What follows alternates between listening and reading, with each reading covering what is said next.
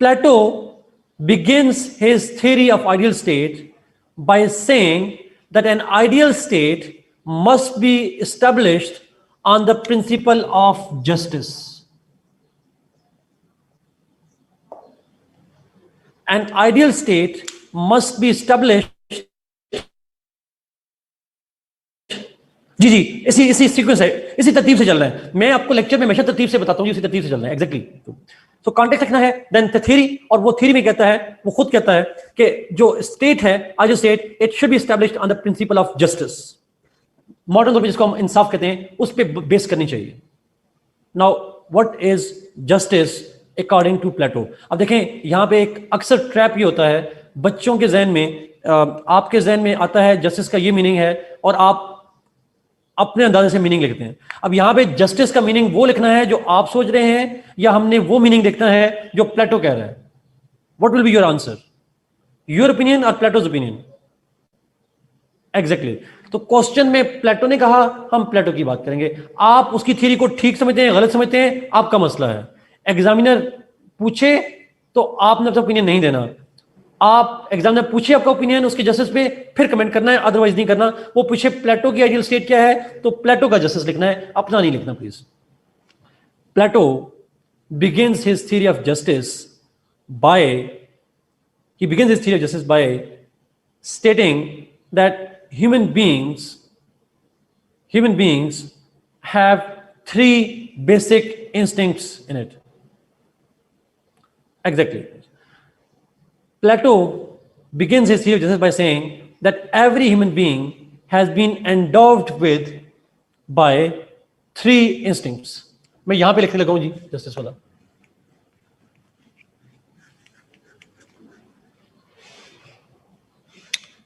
ये जस्टिस की थ्योरी में यहां पे लिख रहा हूं.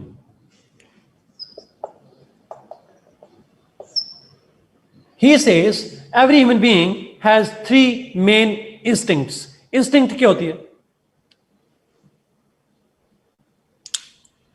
आइडियल स्टेट, उस्मान मैंने कहा ideal state consist of justice, तो जस्टिस अब एक्सप्लेन करो. ट्रेड्स कह लें, नेचर कह लें, आप ठीक कह रहे हैं जी. One instinct is that of lust और desire. Every human being possesses some kind of lust. लालच होती है, हिरस होती है, डिजायर होती है. Every human being also has courage or spirit. Every human being has courage and spirit. उसके अंदर spirit होता है. And he also says that every human being has the instinct of wisdom and reason. अगर मैं उसकी Urdu translation करूं, हर इंसान में लालच होती है, हर इंसान में जज्बा होता है, हौसला होता है, और हर इंसान में अकल होती है. These three instincts are present in all human beings. वो फिर पहले किसी ने कहा था ह्यूमन बॉडी से को रिलेट करता है, वो आप पढ़ लीजिएगा, वो ह्यूमन बॉडी से रिलेट करता है कि जी आपका लस्ट, करेज, विजडम, ये तीनों इंस्टिंक्ट्स हर इंसान में मौजूद होती हैं एक वक्त में. Every human being has all three instincts at one time. However, any one of them is dominant and the others are present but not dominant. इन तीनों में से एक इंस्टिंक्ट ऐसी होती है जो होती है डोमिनेंट. बाकी इंस्टिंक्ट्स होती हैं बट डोमिनेंट नहीं होती, रिसेसिव होती हैं. आप कह सकते हैं कि वो they are lesser in influence. अब वो कौन सी हो सकती है? He says it could be anything. In some people, lust is dominant and others are present but not active. Courage and spirit is dominant in some people. बाकी उनमें lust भी होती है, wisdom भी होती है, but dominant नहीं होती. And in some people, wisdom is dominant and others are not. कोई तीनों में से एक instinct होती है जो dominant होती है. And then he says that in a society, majority of the people are those in which lust is dominant. एक सोसाइटी में मेजॉरिटी लोग वो होते हैं जिनमें लस्ट डोमिनेंट होती है. मेजॉरिटी से मतलब 100 लोग हैं तो मे बी 60-70 लोगों में डोमिनेंट जो होगी वो लस्ट होगी. Few people are those in which courage or wisdom is dominant. 100 में से 10-15 लोग होंगे जिनमें लस्ट सॉरी करेज या स्पिरिट डोमिनेट होगा, वो करेजियस होंगे, वो स्पिरिटेड होंगे. And least number of rarely you will found the least number of people having wisdom as dominant instinct.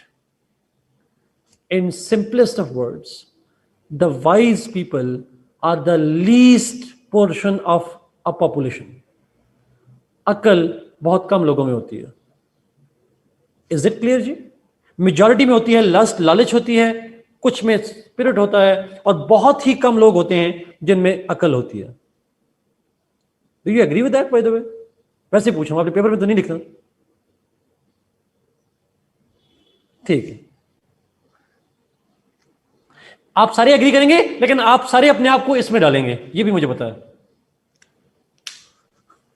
हाँ, लेकिन बहरहाल खैर ये मैं नहीं मानूंगा इस बात पे. बट पॉइंट इज, ये उसने कहा जी, let's move to the next point, बड़ा इंपॉर्टेंट. नाउ मेजॉरिटी लोगों में ये होती है, कुछ में फ्यू, कुछ में लीस्ट. अच्छा, अब अगला सवाल, जस्टिस इसमें कहां से है? जस्टिस कहां से आ गया? प्लेटो ये कहता है, प्लेटो सेज दैट दोज पीपल जिनमें लस्ट है, they must play the role of artisans workers. वो लोग जिनमें लस्ट डोमिनेंट है, उन लोगों को स्टेट के अंदर एक खास काम करना चाहिए, एक खास काम करना चाहिए. और वो खास काम क्या होना चाहिए?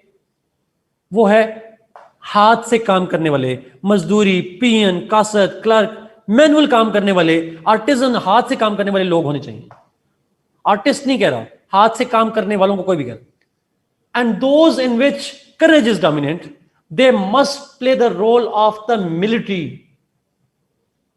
बहादुरी है उनके अंदर, जज्बा है, they should play the role of a military class. And those in which wisdom is dominant, जिनमें अक्ल ज्यादा होती है, वाइज होते हैं, उन लोगों को रूल करना चाहिए. They should be the leaders, they should be the rulers. I repeat this point. He says, those in which lust is dominant must become artisans. Those in which courage is dominant must play the role of military. And those in which wisdom is dominant, they must play the role of rulers. This should happen that, अब ये आखिरी जुमला गौर सुनिएगा, ज़रा बिल्कुल ठीक आपने कहा. तो आखिरी जुमला गौर सुनिएगा, लास्ट पॉइंट है. वो कहता है, अगर एक सोसाइटी में, if in a society the people perform a role in a state according to the dominant instinct, if people in a society play the role and perform a function in the society in accordance with their instincts, this is called justice. जिसमें जो instinct dominant है, अगर वो वही role play करेगा तो ये justice कहलाता है. So justice is everyone performing a role और function in a state in which he has the dominant instinct. Divergent movie जो है उसके अंदर थोड़ा सा ये आइडिया है, सॉर्ट ऑफ जी. इट्स वेरी इजी जी, इसमें कोई साइंस है ही नहीं, sort of. Yes, it's called tripartite of soul. ये complicated language साथ आप expression paper में लिख लीजिएगा सारे, but understanding के लिए समझें तो 3 मेन इंस्टिंक्ट्स हैं, 3 रोल करने चाहिए. हर एक बंदे को वो रोल प्ले करना चाहिए जिसके अंदर वो कर सके. This is simply what we call the justice. So everyone must perform a role in which they have dominant instinct.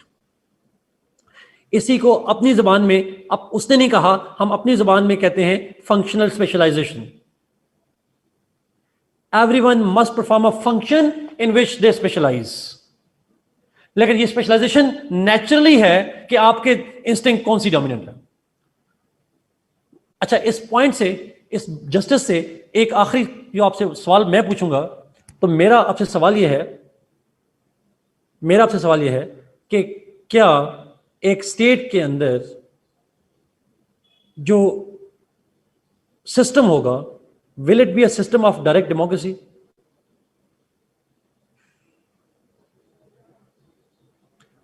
Why not?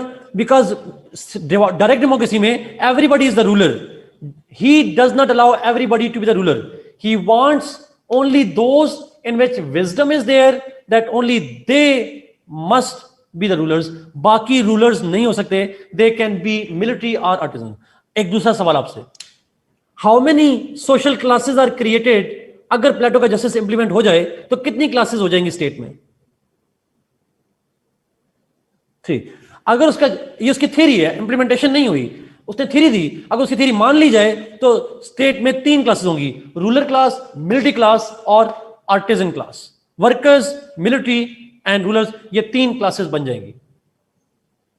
This is what is his theory of justice. Last सवाल, तो क्या प्लेटो democracy को support कर रहा है? Is he supporting democracy? He is not. Exactly. आखिरी सवाल जो आप में से किसी ने पूछा और इस पे एंड करूंगा जी. हाउ वुड वी नो किसके अंदर कौन सी इंस्टिंक्ट है? How we know who has what instinct as dominant instinct? Who will measure it? The answer is, in order to answer this question, Plato then answers it by proposing the education system. He proposes an education system जिसके जरिए से it will be known who has what instinct. So कल की class में जब हमारी होगी, the next class, we will start with his education scheme, और उस education scheme के जरिए से he will be trying to create 3 classes. He will be creating 3 classes through the system of education, जो हम next class में देखेंगे जी. This is all from my side. आप जरा प्लीज बताइएगा थोड़ा सा आइडिया, इज इट लॉजिकल या ये रट्टे लगाने वाली बात है? Iqra we call it functional specialisation. रट्टा लगाना चाहे लगा लें कि क्या होती हैं, कंसेप्चुअली भी जा सकते हैं. Thank you so much. I guess आप लोगों की क्लास भी शुरू हो गई है. अगर कोई सवाल है तो पूछ लें, अदरवाइज मेरे ख्याल में हम कंटिन्यू करेंगे प्लेटो को कल, और फिर हम अरिस्टोटल पे जाएंगे.